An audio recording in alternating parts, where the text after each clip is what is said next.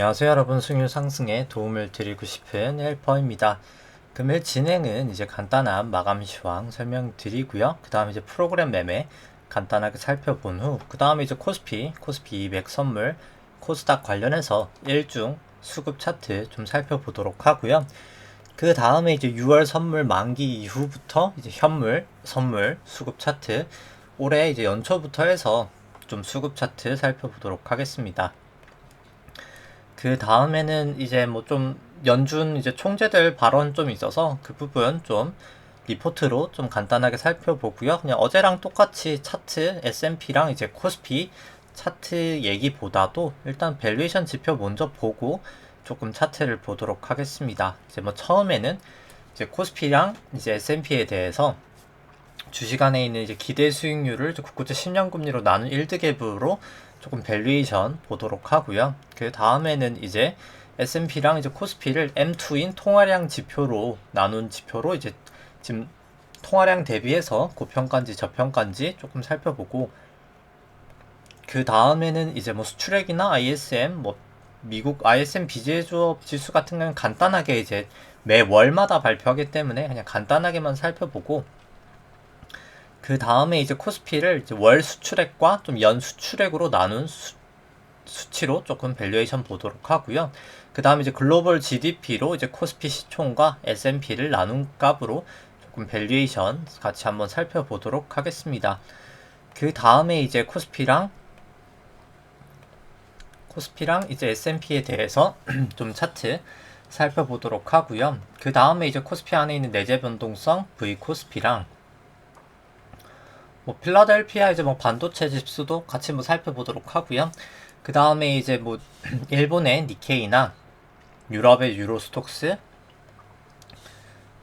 그리고 이제 홍콩 항생, 그리고 중국 상해종합, 대만 각권 지수 살펴보고, 그 다음에 이제 달러 인덱스랑 뭐 달러 원, 뭐 WTI, 금, 그리고 이제 국고채 10년, 미국채 10년 금리 추이들 좀 살펴보도록 하고요.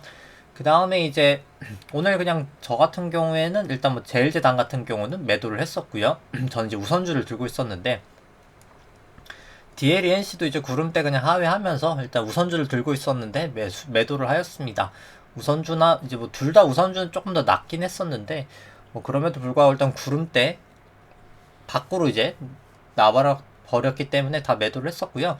뭐 일단 지금 현재 뭐 보유하고 있는 것은 이제 키스코 홀딩스랑 현대해상이랑 이제 지금 일단 KT만 보유하고 있는데, 뭐 전에 이제 매도했던 종목들도 다 관심 종목으로 보고 있기 때문에 뭐 효성화학이나 제일제당, DLNC, 뭐 LG전자, GS 같이 한번 다 좀 살펴보도록 하고요.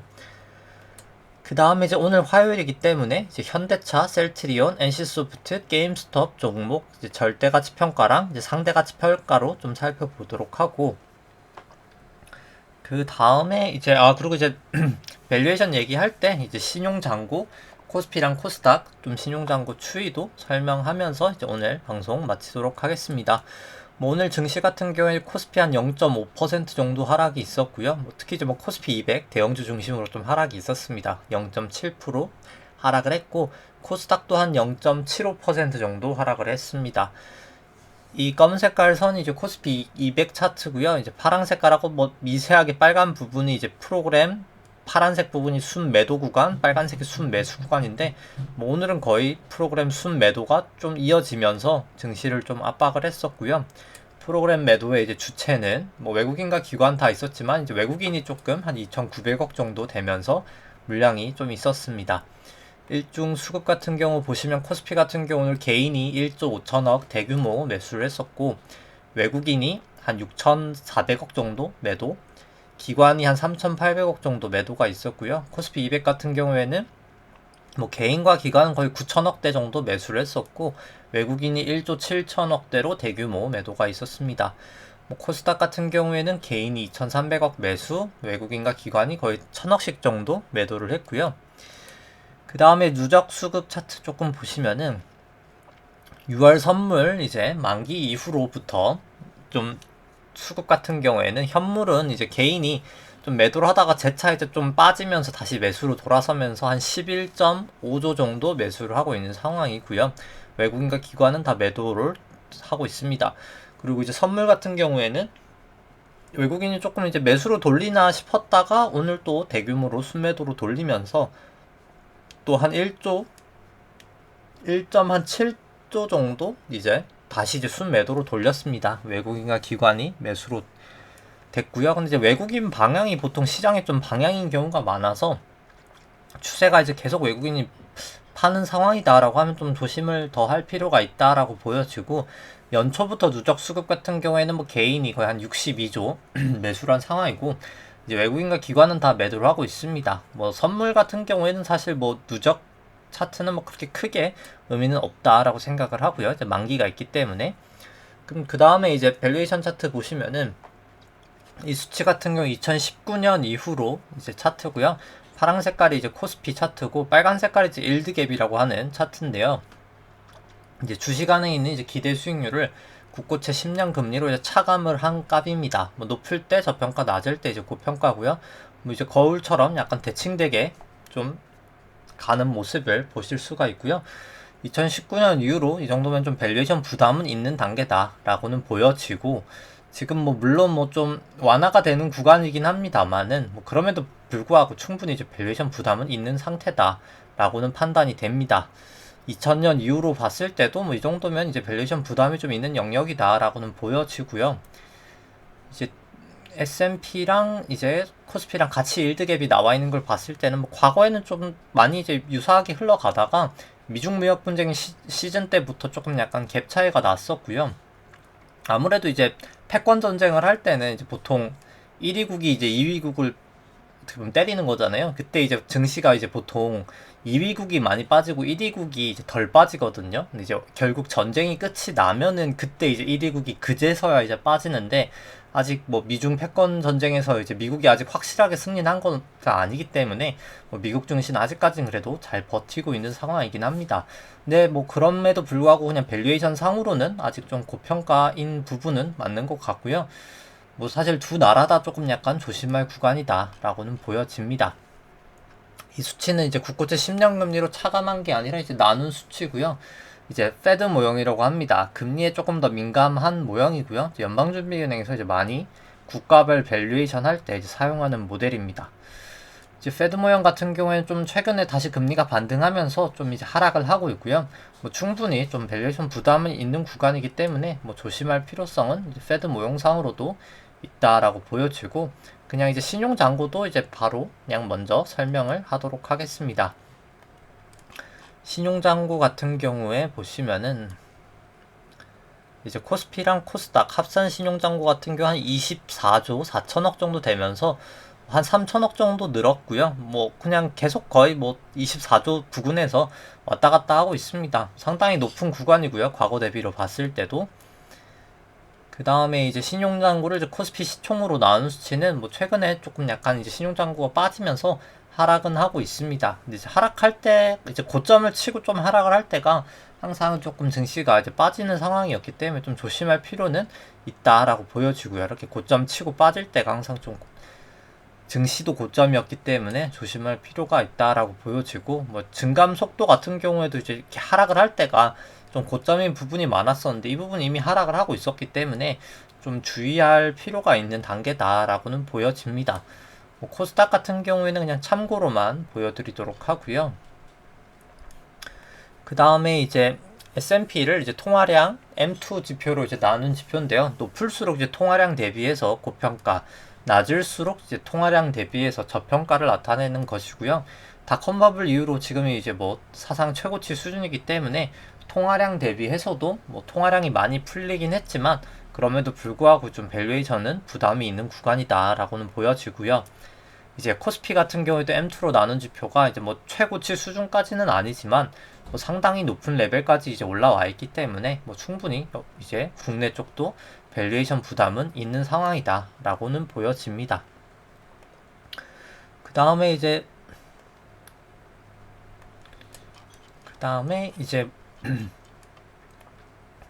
이제 뭐 한국 수출액이나 뭐 미국 ISM 제조업이나 비제조업 같은 경우에는 비제조업을 제외하고는 일단 피크아웃은 한 것 같고요. 정점은 조금 친 모양새고요.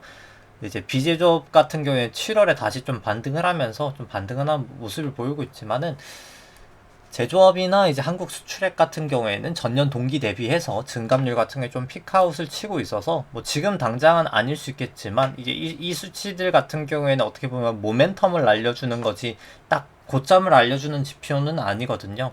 뭐 그렇기 때문에 지금 이미 좀 약간 상승할 동력은 조금 잃었다. 이제 잃어가고 있다라고는 일단 뭐 좀 알 수 있는 지금 좀 지표인 것 같고요. 이제 월간 뭐 한국 수출액 같은 경우에는 이제 좀 많이 이제 반등을 하고 있습니다. 근데 이제 그럼에도 불구하고 이제 코스피 시가총액을 이제 월 수출액으로 이제 나눈 지표, 이제 연 수출액으로 나눈 지표를 봤을 때는 상당히 좀 밸류에이션 부담은 있는 구간이다라고는 보여집니다. 이제 과거 이제 한 수출액 월 수출액 대비해서 한 35배 정도였으면 좀 고평가인데 지금 이미 그 구간을 치고 좀 약간 빠지고 있긴 하거든요. 그렇기 때문에 뭐 꼭 지금 당장이 고점이 아니더라도 충분히 좀 밸류에이션 부담은 있는 구간이다 라고는 보여지고요. 그 다음에 이제 글로벌 GDP를 이용해서 좀 봤을 때는 글로벌 GDP로 이제 코스피 시총을 이제 글로벌 GDP로 나눈 거랑 이제 S&P를 글로벌 GDP로 나눈 지표를 봤을 때도 이제 코스피 시총 같은 경우에도 글로벌 GDP로 이제 나눈 값을 봤을 때 이제 과거 이제 2008년도 이제 고점 대비해서 지금 이제 충분히 고평가 부분까지는 왔다라고 보여지고요. 2018년 부근하고도 보다도 높고 그리고 이제 미국 같은 경우도 이제 닷컴 버블 때보다도 더 높은 상황까지 왔기 때문에 뭐 충분히 좀 주의를 할 단계까지 오지 않았나라고는 생각이 됩니다. 그 다음에 이제 코스피랑 이제 S&P 차트를 살펴보면은 일단 뭐 엘리어트 파동상으로는 일단 저는 이제 코스피 이제 코로나 저점 이후로 여기까지가 이제 1파, 여기가 2파, 여기가 이제 3파, 여기가 이제 4파, 그 다음에 이제 여기가 마지막 5파라고 일단 생각이 되고요. 여기가 1파, 여기가 2파, 여기가 3파, 여기가 4파고 마지막 여기가 이제 5파에 어딘가지 않을까라고 보여집니다. 뭐 그렇기 때문에 일단 뭐 여기가 이제 자세히 세지진 않지만은 일단 뭐 거의 다 와가는 단계다. 올라가더라도 이제 한 번 정도 올라가지 않을까 라고 생각이 되고요. 뭐 충분히 지금 이제 고점이 이미 쳤을 수도 있는 단계이기 때문에 좀 뭐 조심할 필요성이 계속 있는 상황이지 않나라고는 생각이 됩니다. 일단 일목균형표로 봤을 때는 뭐 지금 구름대 안으로 이미 들어와 있고 오늘 이제 전환선 기준선 다 하회하고 9일은 뭐 호전되어 있지만 26일 후행 스팬도 여전히 이제 역전이 되어 있는 구간이기 때문에 뭐 충분히 좀 계속 주의를 해야 될 상황이지 않나 라고 추세상으로도 좀 보여지고요. 주봉상으로도 이제 원래 이제 65주 변화일에서 좀 변화가 일어나지 않을까라고 했는데 변화가 안 일어나기 때문에 아마도 이제 76주 변화일에서 좀 고점이나 저점이 좀 나타날 확률이 높지 않을까. 이제 이 부분이 또 33주 변화일이기도 해서 좀 조심할 구간이지 않나라고는 보여지고요. 이제 볼린저 밴드도 다 모여있기 때문에 이제 추세가 이제 위든 밑은 둘 다 틀 수 있는 구간이기 때문에 이제 일봉상으로도 볼린저 밴드 상당히 모여있고요. 좀 위든 밑이든 좀 튀는 거를 좀 추세를 좀 잘 따라가야 되지 않을까 라고는 생각이 됩니다. 아직까지는 추세가 그렇게 확실하진 않은 단계다라고는 보여지고요. 이제 뭐 오늘 같은 경우에 이제 120분 봉도 이제 볼린저 밴드 또 모이고 있어서 좀 위든 밑이든 여기도 튈 것 같고 이제 볼린저 밴드 하단을 타면서 이제 이렇게 볼린저 밴드가 벌어질지 아니면 이제 다시 이제 볼린저 밴드 상단 근처로 이제 갈지가 뭐 머지않아 좀 결정되지 않을까라고는 보여집니다. 아 그리고 이제 얘기를 아까 안 했었군요. 네. 일단 뭐 S&P 차트까지 보고 이제 연준 총재 발언하고 뭐 조금 다른 얘기 좀 해보도록 하겠습니다. 일단 뭐 코스피 같은 경우에는 뭐 그래서 사실 차트가 좋아 보이진 않고요. 뭐 특히나 이제 코스피 200으로 봤을 때는 이제 뭐 구름대를 하단을 이제 지금 깨냐 마냐 뭐 그런 상황까지 와 있기 때문에 뭐 조금 더 안 좋아 보이는 상황인 것 같고요. 이제 코스피 200 같은 경우 이제 120분 봉으로 봤을 때는 이제 오늘 딱 구름대 하단에서 좀 약간 딱 멈추긴 했었거든요. 그래서 이제 이 부분에서 좀 약간 지지를 보이긴 했는데 이제 내일 이제 볼린저 밴드 여기도 똑같이 이제 벌어지면서 타고 내려갈지 아니면 이렇게 좀 위쪽 다시 볼린저 밴드 상단으로 갈지 좀 지켜봐야 될 것 같습니다. 뭐 계속 근데 사실 좀 조심을 해야 될 구간이지 않나라고는 생각이 되고요. 좀 차트가 다 그렇게 좋아 보이지는 않는 것 같고요. S&P 같은 경우에도 뭐 그냥 코로나 저점 이후로 여기가 1파, 여기가 2파, 여기가 이제 3파, 여기가 4파, 여기 이제 5에 1, 2, 3, 4, 마지막 이제 5에 5에 오지 않나라고는 판단이 됩니다. 그렇기 때문에 뭐 여기도 일단 좀 조심을 해야 되지 않을까라고는 보이는데, 다만 일단 뭐 미국 쪽은 아직 뭐 전환선 기준선 다 상회하고 있고 뭐 9일 26일 후행스팬까지도 다 호전돼 있기 때문에 뭐 우리나라에 비해서는 뭐 크게는 문제는 없다라고 보여지고요. 아직까지 추세상으로는 뭐 120분봉으로 봤을 때도 뭐 아직까지는 뭐 크게 뭐 문제는 없습니다. 뭐 아직까지 뭐 다 전환선 기준선 상회하고 있고 이제 뭐 9일은 역전됐지만 26일 후행스팬도 호전돼 있기 때문에 큰 문제는 없지만, 이제 좀 약간 이제 120분봉으로 봤을 때 뭐 저도 그렇게 생각하고 약간 좀 미국 쪽 애널리스트 분들도 좀 그렇게 생각하는 분들이 많더라고요. 제가 인베스팅 좀 미국 쪽 거 보니까 이게 약간 좀 쐐기형처럼 가고 있는 것 같긴 하거든요, 이번에도. 그래서 좀 약간 여기 좀 조심해야 될 구간이지 않나. 이제 여기도 쐐기가 이제 거의 끝나가는 단계이기 때문에 이제 이게 위로 이제 튈 수도 있고, 쐐기가 보통 이제 반전형이 많은데 이제 위로 올라가는 쐐기였기 때문에 좀 내려갈 확률이 높기는 해서 좀 조심할 필요성이 있지 않을까라고 저는 좀 생각을 합니다. 미국 쪽도 약간 조금 조심해야 될 필요성이 있다라고 보여지고요. 그냥 간단하게 파동을 매기더라도 이제 여기가 1, 2, 3, 4, 5로 이렇게 매겨질 수도 있기 때문에 이제 나스닥 같은 경우에도 그렇고 뭐 좀 약간 큰 조정이 아니더라도 일단 적어도 단기 조정이라도 좀 일어날 수 있는 충분한 자리지 않나라고는 보여집니다. 그 다음에 뭐 오랜만에 비트코인 같은 경우에는 비트코인은 제가 생각하기에는 뭐 제가 이제 투자를 하진 않아서 뭐 그렇게까지 자세히 보진 않지만 여기가 이제 1파, 2파, 3파, 4파, 5파 해서 이제 한 파가 끝나고 그 다음에 여기가 이제 A, B, C 이런 구간으로 지금 가고 있지 않나요? 이렇게 1, 2, 3, 4, 5로 지금 A, C가 1, 2, 3, 4, 5로 이제 구성이 되기 때문에 뭐 가고 있는 단계지 않을까라고 생각은 하고, 이제 여기도 저 같은 경우에 이 주황색이 이제 120분봉인데 아마 여기를 좀 확실히 못 넘기고 좀 빠지지 않을까라고는 일단 뭐 개인적으로 생각이 되고요. 그 다음에 이제 V코스피 보기 전에 일단 뭐 이제 보스틱 이제 애틀란타 연은 총재가 이제 고용 개선 속도가 좀 유지될 시 이제 테이퍼링이 조금 더 이제 빠르게 진행될 것이다라고 이제 발언을 하고 있고, 뭐 계속 지금 뭐 10월 얘기도 뭐 좀 하는 분들이 많습니다. 뭐 그래서 뭐 10월까지 보지 않더라도 아마도 제가 봤을 때 올해 늦어도 올해 12월 정도에는 좀 나올 확률이 있을 것 같고요. 이제 테이퍼링 이제 진행 같은 경우에는 그래서 뭐 내년에 이제 시작하는 걸 해서 이제 아마 올해 연말 정도에 좀 나오지 않을까. 그래서 이제 8월 이제 잭슨홀이 있거든요. 26일에 이제 그래서 그때 조금 얘기가 나오지 않을까라고 생각이 되고, 이제 얼마 남지도 않았죠. 이제 잭슨홀도. 그리고 이제 박힌 이제 뭐 리치몬드 연은 총재 같은 경우에도 이제 코로나 이제 델타 변이 확산해도 고용시장 이제 위축은 좀 보이지 않는다라고 평가를 하고 있고요. 아마도 이제 계속 지금 고용도 좀 잘 나오고 있고 오히려 좀 임금이 막 올라가고 있거든요. 이제 미국 쪽 같은 경우에는 사람을 자꾸 기업은 구하려고 하는데 뭐 사람들이 이제 막 실업수당도 많이 주고 하다 보니까 뭐 굳이 이제 일자리를 갖지도 않고, 그리고 이제 요즘에 이제 아마존 효과가 역으로 나고 있다라는 말이 이제 많거든요. 이제 과거에는 이제 아마존이 이제 저임금 이나 뭐 아니면은 이제 그런 값싼 노동력을 통해서 이제 그리고 이제 그런 인프라들을 이제 갖추면서 좀 물가를 떨어뜨리는 역할을 했었는데, 요즘엔 오히려 이제 아마존 쪽 이제 그 임금이 이제 되게 높아지고 있거든요. 이제 그렇기 때문에 임금이 이제 그거 임금만큼 점점 이제 오히려 다른 임금들도 다 높아지고 있는 상황이어서 오히려 이제 아마존이 조금 약간 고용 쪽도 임금을 높이고 약간 인플레이션을 만든다라는 좀 얘기도 지금 많은 상황입니다. 미국 뭐 6월 채용 공고만 해도 이제 예상치를 상회하면서 좀 계속 대폭 좀 증가를 하고 있고요.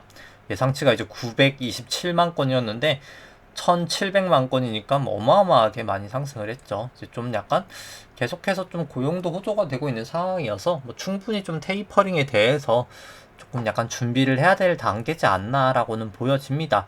뭐 조금 얘기하겠지만 이제 금 가격도 이제 많이 이제 폭락을 하고 있잖아요. 이제 이런 게 어떻게 보면 테이퍼링을 다시 반영을 하고 있는 단계다. 일정 부분 생각을 하고 있고.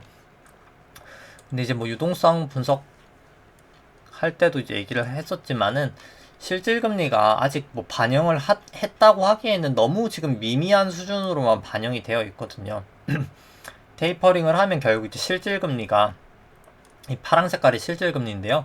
지금 이 실질금리가 이제 갑자기 이제 좀 반등을 하면서 지금 금값이 이제 떨어지고 있는 것이거든요. 실질금리랑 금은 이제 반대로 가기 때문에 보시면 이제 금이랑 실질금리는 반대로 움직이거든요. 그래서 실질금리가 올라가다 보니까 이제 금이 지금 떨어지고 있는 건데 실질금리가 가야 될 길은 플러스까지도 가야 되거든요. 근데 지금 마이너스 1%니까 상당히 이제 거리가 있습니다. 그래서 아직 뭐 사실 선반영된 거는 뭐 거의 없는 수준이다 라고 봐도 무방하기 때문에 좀 충격이 있지 않을까라고는 보여지고요. 그 다음에 그리고 이제 오늘이죠. 이제 오늘 캘린더 보시면은 이제 오늘 미국 7월 소비자 물가가 이제 발표가 됩니다. 이제 9시 반에 발표가 될 거고요. 좀 이 부분도 이제 얼마 수치가 나오느냐가 관건일 것 같은데, 일단 뭐 어제도 얘기를 했었지만 이제 중국 생산자 물가가 이제 월요일날 이미 9%가 나왔었거든요. 이제 생산자 물가가 상당히 높은 수준으로 나왔기 때문에 좀 미국도 좀 살짝 걱정이 되기는 합니다. 좀 우려가 되긴 하고요. 그 다음에 이제 V코스피부터 다시 한번 살펴보면은 V코스피는 이제 오늘 뭐 주가 하락한 거에 비해서 뭐 크게 상승하진 못했고요. 한 14.5 정도 기록을 하고 있습니다. 뭐 아직까지 이제 구름대는 계속 넘기지는 못하고 있는, 이제 안으로 들어가진 못하고 있는 모양새고요. 근데 다만 아직 26일 후행 스팬도 호전되어 있는 상태이기 때문에 뭐 계속 좀 주의를 해야 될 필요성이 있는 것 같고요. 그 다음에 이제 뭐 필라델피아 반도체 지수 같은 경우에는 이제 볼린저 밴드를 사실 타다가 어제부터 이탈을 한 게 조금 마음에 걸리긴 하고요. 근데 다만 뭐 그냥 추세로 봤을 때는 아직까지 추세로는 뭐 큰 이상은 없는 상태입니다. 일본 니케이 같은 경우 일단 뭐 도지 모양 난 것도 지금 이 부근에서 도지 모양이 난 게 그렇게 좋은 상태는 아닌 것 같고요. 200일 이동평균선에서 여기서도 좀 약간 저항을 보이고 있기는 해서 뭐 추세는 여전히 아직까지는 안 좋다라고는 보여지고요. 뭐 다 역전이 돼 있기도 하고요. 전환선 상회하는 거 빼고는. 유로 스톡스 같은 경우는 유럽 쪽이 오히려 좀 잘 가고 있긴 합니다. 뭐 계속 잘 가고 있긴 하고요. 근데 뭐 유럽 쪽도 근데 뭐 사실 다른 나라들이 다 좀 약간 테이퍼링이나 뭐 여러 가지 좀 이슈가 있는 상황에서 뭐 혼자만 좀 약간 영향을 피하긴 조금 어려울 것 같은데, 뭐 분명히 이제 다른 나라보다는 좀 추세가 좋기 때문에 뭐 이렇게 굳이 추세가 좋을 때 뭐 굳이 뭐 먼저 매도를 할 필요는 없는 것 같고, 뭐 유럽은 일단 뭐 좀 지켜봐도 될 것 같고요. 항생 같은 경우에도 좀 올라가면서 기준선까지는 이제 상회를 했습니다. 근데 뭐 그럼에도 불구하고 사실 워낙 추세가 좀 크게 꺾이긴 했기 때문에 뭐 저는 뭐 굳이 이게 좀 약간 기술적 그냥 반등이지 않을까라고는 보고 있기는 하고요. 근데 뭐 그럼에도 불구하고 그냥 항생을 좋게 생각하시는 분이라면 일단 뭐 기준선 위로 올라섰기 때문에 일부 매수 정도는 이제 가능하리라 봅니다. 구름대 뭐 넘어가면 뭐 재차 매수를 하고 그냥 기준선 다시 하회하면 뭐 매도를 해도 크게 손실은 아니기 때문에 뭐 그런 전략을 좀 사용하셔도 될 것 같긴 하고요. 저는 뭐 좀 약간 중국 쪽은 지금은 좀 부정적으로 보고 있기는 합니다. 이제 뭐 중국 쪽 상해 같은 경우도 1% 올라가면서 뭐 120분 봉 120일 이동 평균도 올라가고 이제 구름대 안으로도 올라가긴 했는데, 일단 뭐 당연히 이제 크게 빠졌으니까 뭐 어떻게 보면 올라가는 건 맞는데 뭐 여기서 여기까지도 빠졌으니까 일단 뭐 저는 아직까지는 뭐 크게 이제 믿음이 없는 것 같은데, 이제 중국 쪽에 대해서 일단 뭐 좀 긍정적으로 이제 제가 모르는 부분을 또 알고 계실 수도 있으니까 긍정적으로 보신다면은 뭐 전환선 기준선 다 이제 뭐 상회하고 있기 때문에 뭐 일부 매수하고 뭐 구름대 올라가면 좀 긍정적으로 보신다면 매수를 하셔도, 뭐 차트 상으로만 봤을 때 26일 후행 스팬만 딱 호전되면은 뭐 크게 이제 추세상으로는 뭐 문제는 없다라고는 보여집니다. 뭐 저 같은 경우에 이왕 여기까지 온 거 그냥 구름대 넘어서고 26일 후행스팬까지 이제 호전돼야 조금 더 깔끔할 것 같고요. 각권 같은 경우에 이제 오늘 재차 이제 하락을 하면서 전환선 기준선 다 하회하고 이제 구름대 안까지도 제대로 들어왔습니다. 26일 후행스팬도 역전이 됐고요. 그래서 이제는 뭐 좀 차트 모양이 안 좋은 상황까지 온 것 같아서 뭐 좀 여기도 좀 추세가 안 좋은 것 같고요. 달러 인덱스는 뭐 계속해서 이제 테이퍼링 관련해서 좀 약간 선 반영을 조금씩 하면서 좀 달러 인덱스도 좀 올라가고 있습니다. 뭐 추세는 이제 아직까지는 위로 보는 게 맞을 것 같고요. 이제 달러원 같은 경우에도 이제 재차 반등하면서 전환선 기준선 더 상회를 하고 있고요. 그 다음에 이제 뭐 WTI 같은 경우 이제 뭐 계속 델타 쪽 좀 이슈 있으면서 좀 빠지고 있습니다. 지금은 이제 뭐 다 전환선 기준선 9일 26일 프랭스팬 다 역전돼 있고 일단 뭐 120 이동 평균선에서 일단 좀 지지를 보였는데 뭐 여기를 좀 깨냐 마냐가 뭐 제일 좀 중요하지 않을까라고 생각을 합니다. 뭐 추세는 아직까지는 좋지 않다라고 보여지고요. 금 같은 경우에 이제 실질 금리가 뭐 소폭 좀 반등을 하면서 하회를 하고 있습니다. 뭐 그래서 금은 사실 뭐 좀 더 빠진다라고는 생각을 하고요. 더 빠지고 나서 이제 그 다음에 이제 실질금리 거의 플러스 구간까지 오고 나서 그 다음에 이제 지급준비금이라는 게 이제 실물 경제로 흘러가면 뭐 그때 조금 올라가지 않을까라고 보여지고 국채 10년물 같은 경우 오늘 거의 보합 수준에서 크게 움직임은 없었습니다. 여기도 이제 볼린저 밴드 좀 슬슬 모이고 있는 구간이기 때문에 뭐 좀 며칠 내로 여기도 이제 뭐 긴 시간이 아닌 이제 좀 짧은 시간 내에 좀 약간 위아래 급등락은 좀 있을 거다라고는 보여질 것 같고요. 좀 위로 이제는 갈 확률이 전 좀 더 높지 않나라고는 보여집니다. 뭐 미국채 10년물 같은 경우 이제 드디어 뭐 종가 기준으로 이제 기준선을 넘어섰고요. 뭐 저는 좀 이제 위로 보고 있긴 한데 일단 뭐 26일 프랑스팬까지도 이제 호전되는 거 보면은 뭐 조금 더 추세가 확실하지 않을까라고는 보여지고요. 그 다음에 이제 뭐 키스콜딩스 이제 보유하고 있는 것부터 이제 먼저 이야기 드리면 키스콜딩스 같은 경우에는 뭐 그래도 계속 꾸역꾸역 종가에 좀 약간 돌리고 있긴 합니다. 네.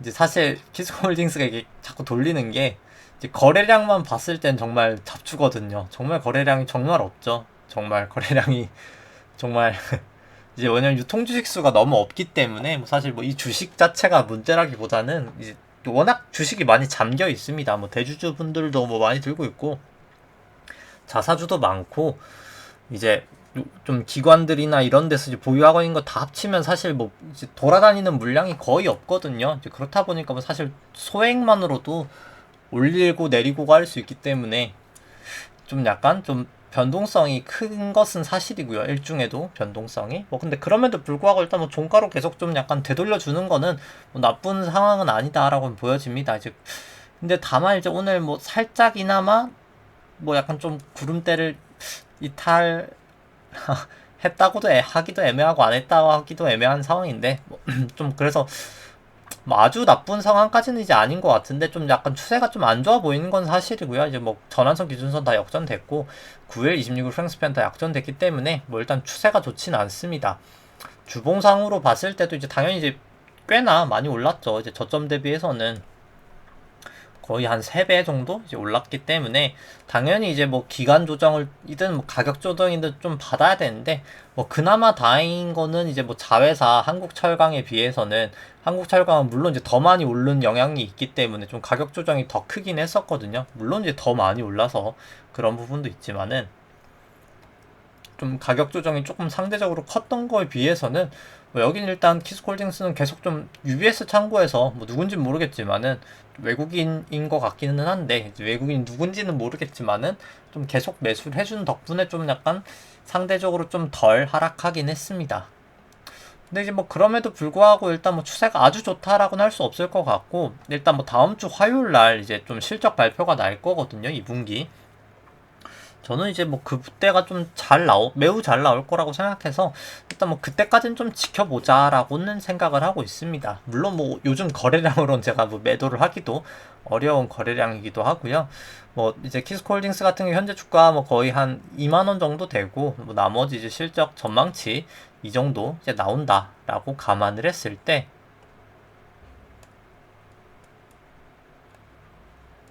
이제 밸류에이션상 한 47,000원 정도까지 이제 갈 수 있다라고는 보여지는데 뭐 일단 뭐 자사주 소각하고 이제 뭐 무상증자 하면은 뭐 이것보다도 더 갈 수도 있다라고도 생각이 됩니다. 이제 워낙 요즘에 좀 할인율을 제가 높게 해놔서 뭐 그 부분의 영향이 뭐 가장 크지 않나라고는 생각을 하고요. 뭐 충분히 이제 저평가는 돼 있는 주식이다라고는 생각을 하고 이제 유통 주식수만 조금 더 늘어나면 뭐 충분히 이제 거래량에서 이제 잡주에서 정말 이제 시가총액 막 1조가 넘어가는 이제 좀 약간 100조가 될 수 있지 않을까라고 이제 생각을 해서 뭐 계속 좀 보유를 하고 있는 상황이고요.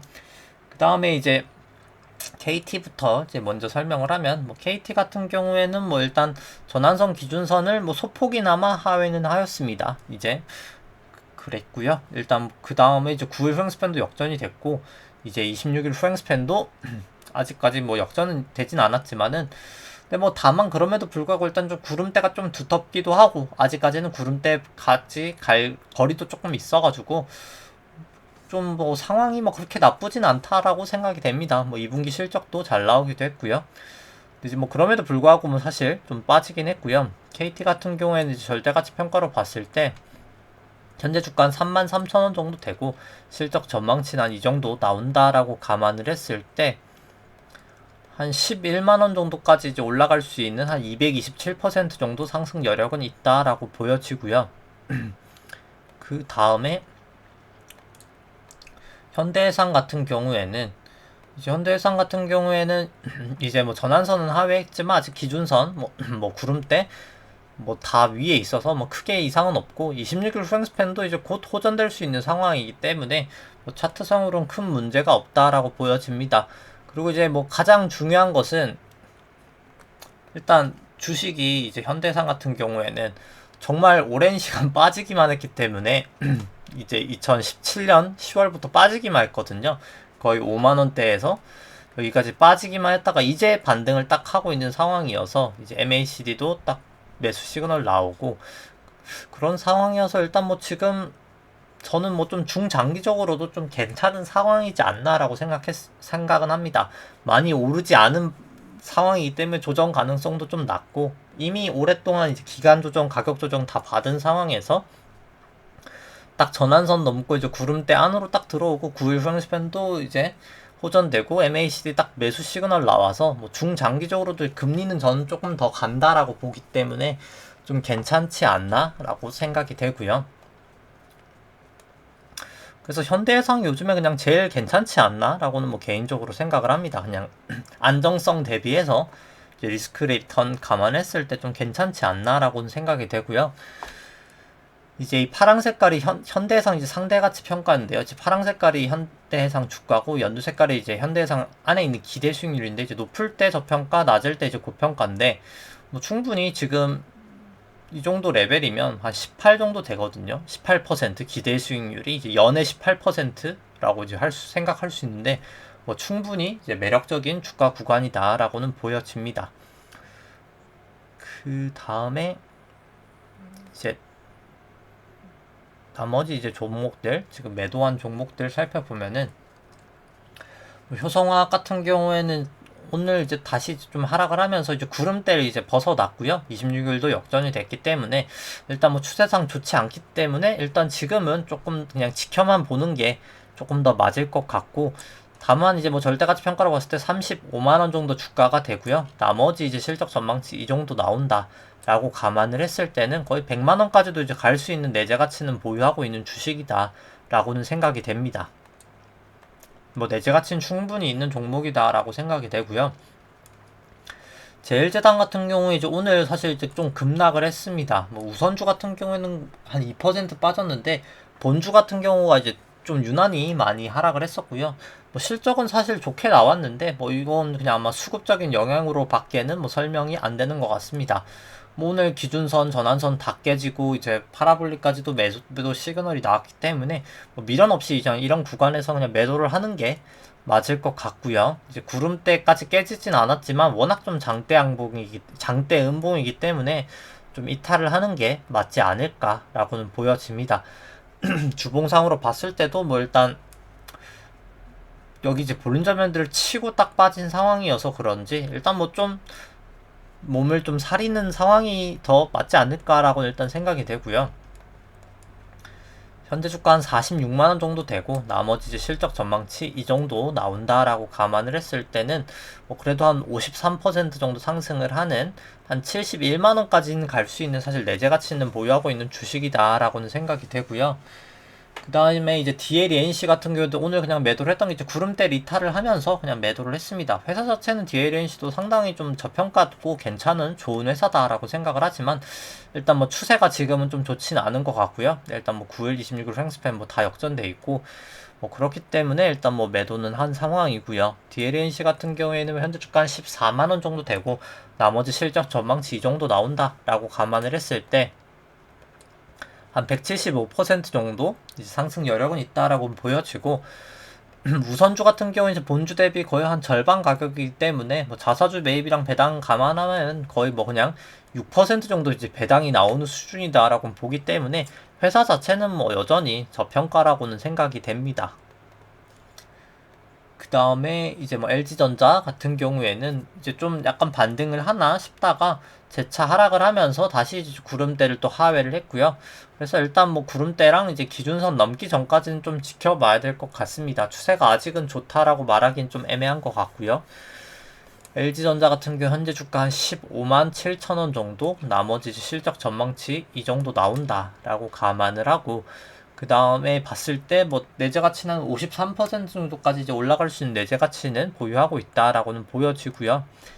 그 다음에 이제 GS 같은 경우에도 이제 구름대 하회하고 뭐 120 이동 평균선에서 좀 지지를 보이다가 하회를 하면서 좀 하락은 하였습니다. 이제 볼린저 밴드 여기도 이제 하단이 닿았기 때문에 이제 위든 미치든 좀 여기도 좀 튈 것 같고요. 뭐 그때 조금 방향을 좀 보면 되지 않을까라고 생각을 합니다. 뭐 아직까지는 추세가 좋지는 않은 것 같고요. GS 같은 경우에는 현재 주가 한 42,000원, 실적 전망치 이 정도 나온다라고 감안을 했을 때 그래도 내재 가치는 거의 한 144% 정도까지도 이제 올라갈 수 있는 주식이다라고는 보여지고 배당 성향 같은 경우에도 20% 정도 나온다라고 감안을 했을 때는 배당 수익률도 거의 5.4%를 이제 기록할 수 있는 상황이지 않나라고는 보여집니다. 그 다음에는 이제 오늘 하는 종목인 현대차, 셀트리온, NC소프트, 게임스톱 설명을 드리면은 일단 먼저 현대차 같은 경우는 절대가치 평가로 봤을 때 이제 현재 주가 한 22만원 정도 되고요. 나머지 이제 실적 전망치는 이 정도 나온다라고 감안을 했을 때 저는 좀 밸류에이션 부담이 있는 상황이지 않나라고 생각이 됩니다. 이제 내재 가치는 한 6만 7천원 정도 나오기 때문에 충분히 좀 밸류에이션 부담은 있는 구간이다라고는 생각이 되고요. 상대 가치 평가로 봤을 때도 이제 비대 수익률이 상당히 낮은 구간이죠. 그렇기 때문에 여기도 충분히 좀 밸류에이션 부담이 있는 상황이다라고 생각이 됩니다. 밸류에이션 부담은 뭐 절대 가치로 보나 상대 가치로 보나 둘 다 좀 있는 상황이다라고는 보여지고요. 차트를 보면은 현대차 같은 경우에는 이제 오늘 하락을 하면서 200일 이동평균선도 이제 좀 하회를 하였습니다. 뭐 추세는 뭐 다 역전이 되어 있기 때문에 뭐 여전히 계속해서 안 좋은 상황이다라고 보여지고요. 그 다음에 이제 셀트리온 보면은 셀트리온 주가 한 27만원 정도 되고 나머지 이제 실적 전망치 이 정도 나온다라고 감안을 했을 때 마이너스 한 67%, 한 8만 7천원 정도 내재 가치가 나오기 때문에 뭐 여기도 좀 밸류에이션 부담은 있어 보인다라고 생각이 되고요. 상대 가치 평가 같은 경우에는 셀트리온은 대부분 항상 고평가였기 때문에 뭐 2012년, 13년 이 부분 빼고는 항상 고평가였기 때문에 뭐 상대 가치 평가로는 뭐 그렇게 크게 고평가는 아니다라고는 보여지고요. 과거 대비해서는. 그 다음에 이제 셀트리온 차트 같은 경우에는 일단 좀 많이 빠졌기 때문에 이동평균이 좀 모여 있기는 합니다. 좀 기간 조정도 좀 받긴 했고요. 그래서 뭐 여기도 이제 위든 미치든 조금 튈 것 같은데 일단 뭐 매수를 하신다면 적어도 일단 뭐 저는 뭐 다른 종목을 더 추천을 드리지만 그냥 좋아 보이신다라고 하면은 이제 구름대라도 좀 넘고 여기 이제 26일 프랭스팬까지 호전이 되면 뭐 좀 차트상으로는 그래도 매수는 할 수 있는 구간이지 않나라고는 보여집니다. 일단 뭐 과거 대비해선 차트가 좀 많이 괜찮아진 것 같긴 하고요. 이제 좀 기간 조정을 받았기 때문에 이제 위든 미치든 칠 때 뭐 좀 그때 좀 대응을 하면 되지 않을까라고 생각을 하고요. 그 다음에 이제 뭐 NC소프트 같은 경우에는 현재 주가 한 82만원 정도 되고 나머지 이제 실적 전망치 이 정도 나온다 라고 감안을 했을 때는 뭐 약간 좀 밸류에이션 부담이 그래도 있어 보인다 라고는 생각을 합니다. 한 67만원 정도가 적정하다 라고는 나오고요. 그 다음에 이제 상대가치 평가로 봤을 때도 뭐 지금이 이제 그렇게 엄청나게 고평가라고 말할 순 없겠지만 저평가라고도 말하기도 좀 애매한 그냥 좀 고평가 구간이다. 뭐 좀 살짝 고평가다 라고는 보여지고요. 상대가치 평가로 봤을 때는 이제 NC소프트 뭐 차트 같은 경우에는 이제 뭐 여기도 이제 좀 셀트리온이랑 비슷한 상황이다 라고는 보여집니다. 근데 다만 이제 셀트리온보다는 아직까지는 좀 차트가 안 좋아 보이긴 하고요. 26일 프랭스팬도 아직은 역전되어 있기 때문에 뭐 여기도 좀 좋아서 매수를 하신다라고 하면 구름대 그냥 넘고 26일 프랭스팬 호전될 때 뭐 그때 매수를 하시면 되지 않을까. 차트 상으로는 그렇게 생각이 되고요. 그 다음에 이제 게임스탑 같은 경우에는 차트 보시면은 게임스톱 같은 경우에는 이제 뭐 조금 지금 프리마켓 다시 반등하면서 전환선은 상회한 상황이고요. 근데 뭐 아직 기준선 26일 프랭스팬 뭐 다 이제 역전이 되어 있기 때문에 그리고 뭐 사실 차트가 그렇게 막 엄청 좋아 보이진 않아서 그리고 이제 뭐 내재 가치가 사실 없는 종목이기 때문에 뭐 저는 그냥 다른 종목을 하시는 게 더 맞지 않을까라고는 생각이 되고 뭐 아직까지는 뭐 확실하게 반등이다라고 할 만한 뭐 요소는 전환선을 상회했다밖에 없는 것 같습니다. 뭐 적어도 이제 기준선 상회하고 26일 프랭스팬이라도 조금 호전이 되어야 되지 않을까라고는 생각이 되고요. 그러면 이제 뭐 사실 오늘 뭐 설명드릴 건 이제 거의 다 드린 것 같고요. 뭐 그래서 뭐 사실 향후에 결국 이제 테이퍼링에 대해서 좀 약간 계속 경계감을 좀 가져야 되지 않을까라고 생각합니다. 테이퍼링 하면 결국 실질금리 올라가고 이제 그 실질금리가 올라가면 결국 명목금리도 일정 부분 올라갈 수밖에 없기 때문에 뭐 제가 일단 지금 제일 뭐 좀 선호하는 게 현대해상인 이유가 이제 결국 좀 금리는 전 좀 상방으로 보기 때문에 좀 결국 좀 중단기적으로는 뭐 좀 금리가 좀 실질금리가 조금 튀는 거에 좀 주의를 하실 필요가 있지 않나 결국 좀 중기적으로는 생각이 됩니다. 뭐 사실 그래서 뭐 사실 차트도 그렇고 뭐 증시도 그렇고 뭐 여러 가지 밸류에이션 지표나 봤을 때 뭐 좀 계속 좀 부담이 되는 상황인 것 같고요. 뭐 좀 지금은 이제 좀 리스크 관리를 계속해서 뭐 제가 1월부터 뭐 사실 계속 사실 뭐 좀 박스권이기 때문에 그냥 계속 그냥 좀 제가 그냥 조심을 하시는 게 맞지 않을까라고 생각을 지금 계속 그 얘기만 많이 하고 있는데 뭐 실제로 사실 증시가 이렇게 랠리를 하고 있지는 못하잖아요.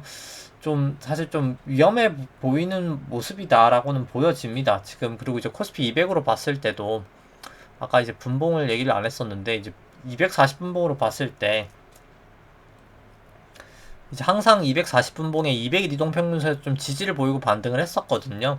뭐 이제 2020년 10월 부근도 그렇고 2015년 5월 부근에도 그렇고 7월 9일도 그렇고 뭐 7월 20일도 그렇고 뭐 이제 8월 2일하고 뭐 7월 30일 이때는 좀 뚫렸다가 재차 이제 반등은 했지만 또다시 이제 조금 오늘 뚫렸다가 이제 재차 조금 이제 위로 돌리긴 했는데 이제 재차 만약에 좀 뚫리면은 정말 좀 위험하지 않을까라고는 생각을 해서 일단 뭐 계속 이제 문이 두드리면 결국 열리긴 할 거거든요. 좀 계속 좀 조심을 할 필요성은 좀 있는 상황이지 않나라고는 생각이 됩니다. 뭐 그래서 저 같은 경우에 이제 그냥 개별적인 주식이 그냥 100%다 그냥 지금 선물로 지금 선물 매도로 일단 코스피 200 선물로 이제 매도를 해놓은 상황인데 뭐 아니면 뭐 그냥 저처럼 그냥 이제 뭐 기준선이든 뭐 구름대 깨지면 그냥 바로바로 매도를 하면서 조금 더 이제 향후에 조금 버틸 만한 주식으로 이제 갈아타시던지 아니면 현금을 보유하셔도 뭐 일정 부분은 괜찮을 것 같고 뭐 해지를 하셔도 괜찮고 좀 뭐 각자 이제 방법대로 이제 다 성향이 이제 다르실 거기 때문에 조금 리스크 관리를 좀 하시는 것을 추천을 드리면서 네, 오늘 방송은 여기까지 하도록 하겠습니다. 네, 좋아요와 구독 누르시면 감사하겠습니다. 이상입니다.